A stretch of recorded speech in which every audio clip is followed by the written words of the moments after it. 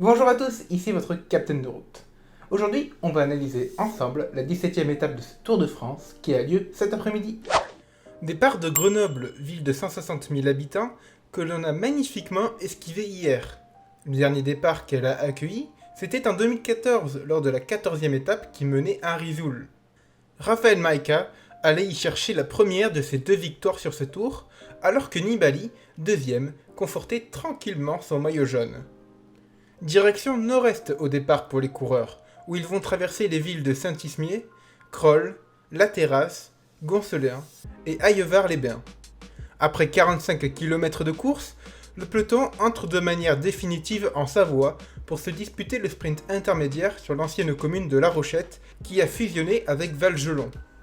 Après Chamoux-sur-Gelon, petit crochet vers le sud pour rejoindre Épierre et La Chambre, situé au pied de la deuxième difficulté de la journée, le col de la Madeleine. Classé hors catégorie, avec ses 17,1 km à 8,4% de moyenne, il nous fait repartir pour quelques kilomètres en direction du nord-est.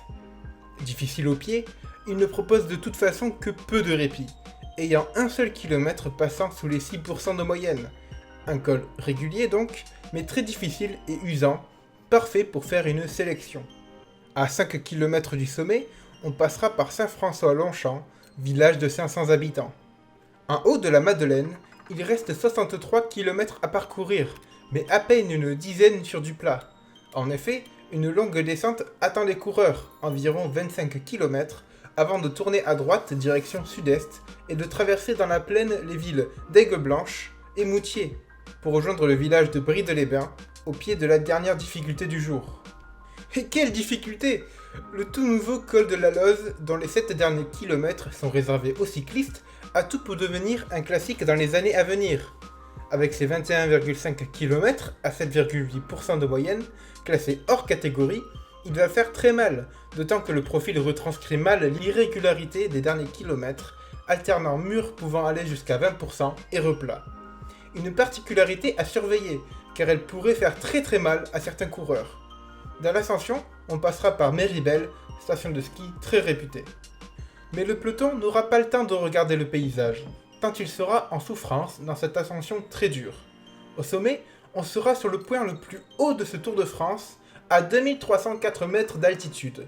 Ce sera donc la localisation du souvenir Henri Desgranges cette année. Pour moi, c'est aujourd'hui l'étape reine de ce tour. Ce qui attend les coureurs va être indigeste pour une très grande majorité. Seuls les excellents grimpeurs vont tirer leur épingle du jeu, surtout que c'est une de leurs dernières occasions de briller. Celui qui aura le maillot jaune, au sommet de la Loze, prendra une bonne option sur la victoire finale, même si rien ne sera encore fait. Le passage par la Madeleine va en tout cas faire une première grosse sélection si une équipe roule, et la Loze devrait mettre à l'honneur le plus fort de ce tour, tout simplement.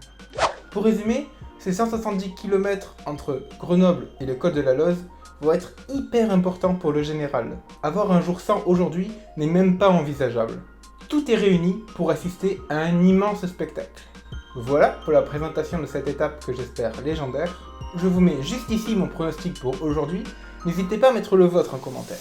Bonne étape et à tout à l'heure pour le débrief.